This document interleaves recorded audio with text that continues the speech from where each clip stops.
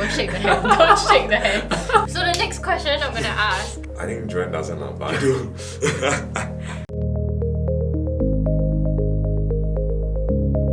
Hey guys, so welcome to today's YouTube video. Today we have Joanne with us. She is a girl. She is Wow!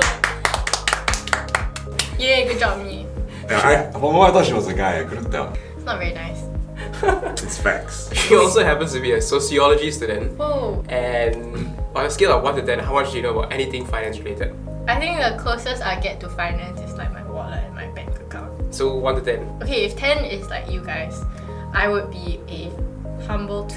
If we scale it to like Warren Buffett being 10, I'll be like a humble 1. Not a 0. 0.5. 0.5. 0.5. And on the other hand, we also have Zenith. So Zenith, right, as his name suggests, he's really at the pinnacle of finance. No.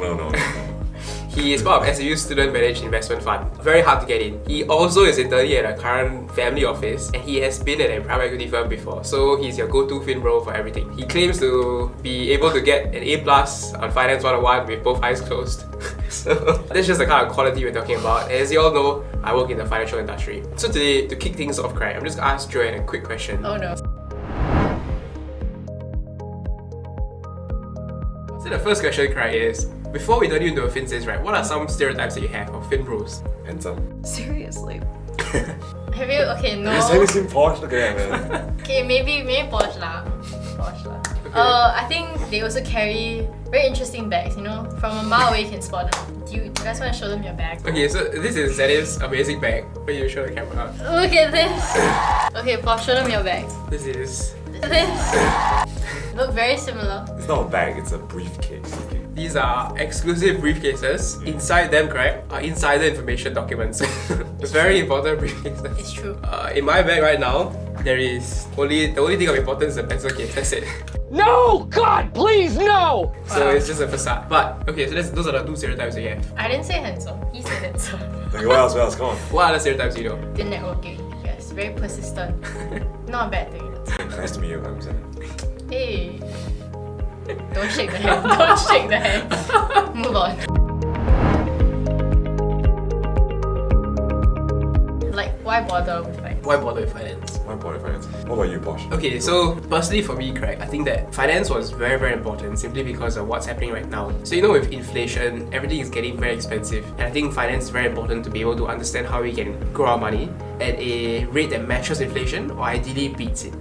I guess from a young age, I really saw the importance of having financial literacy, like understanding how money works, how the world works. So I saw a lot of people, even though they had good jobs, but they were living from paycheck to paycheck, and then because of this lack of financial knowledge, like our dear Joanne over here, I guess they never really could live the life that they want to, like reach their end goal, retire, and really enjoy life. So for me, I wanted to learn more about how to use my money, how to better utilize it. And today, we'll be answering the real question of what should you invest in. We'll keep things very, very simple. So if any of you guys don't know what we're talking about, don't worry about it. Joanne is in the same position as you guys. So to say, what is one instrument you will be looking at when you want to begin your investment journey as a complete amateur? Yeah, probably stocks. I think stocks is a pretty good investment and it's a pretty good hedge against inflation. So times like this, you would think that, businesses raising their prices will be able to keep up with inflation some way or another. So I think stocks is always a good way to, Hedge against inflation. Question. In such, I would say, times, it will be useful to consider a stock that actually benefits from high inflation. Quick example would be like Visa, MasterCard. Because they are payment services company, they actually earn a percentage of the total amount people spend.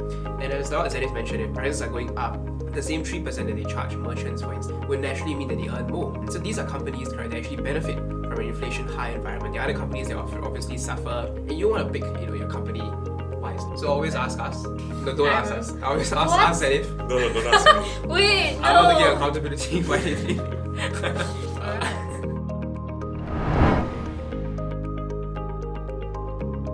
Okay, is there any other kind of investment that... I'm actually invested in China ETFs or China indexes. Okay. are? What is just for the viewers, what is an index fund? So an index fund is basically something that tracks a basket of stocks. So like, for example, the Hang Seng Index tracks a bunch of stocks that's listed on the Hong Kong Stock Exchange. So by investing in this index fund, you're actually buying up like a basket of stocks, like a couple hundred of stocks. So it's pretty good. pick like individual stocks. Exactly. Have you heard of S&P? No. Have you heard of 500? No, wait, Yeah. 500? Yeah, in what context? So now we just put those two things together. So like what Zenith mentioned, correct? S&P 500 is the exact same thing, just for the US market. So it's the top 500 companies in the US by market cap. That means by how big they are, they will be listed in this index. So it basically saves a lot of us amateurs, and I would honestly still consider myself an amateur, a very easy way to start investing. Because instead of picking this stock, you know, Zoom, is Zoom a good stock? Is Spotify a good stock? Is Netflix a good stock? Really don't know. Quite hard to evaluate. Maybe we don't even have the time to evaluate because she's a full-time SOCI student.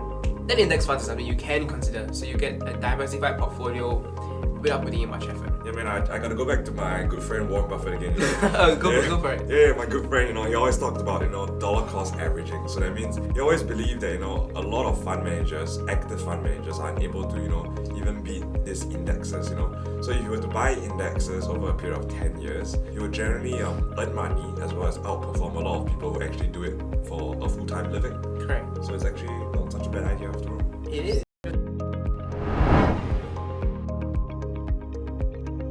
So the next question I'm gonna ask is, what should I do right now where I am? How do I start doing it? I think before you start learning how to invest, I think what you need is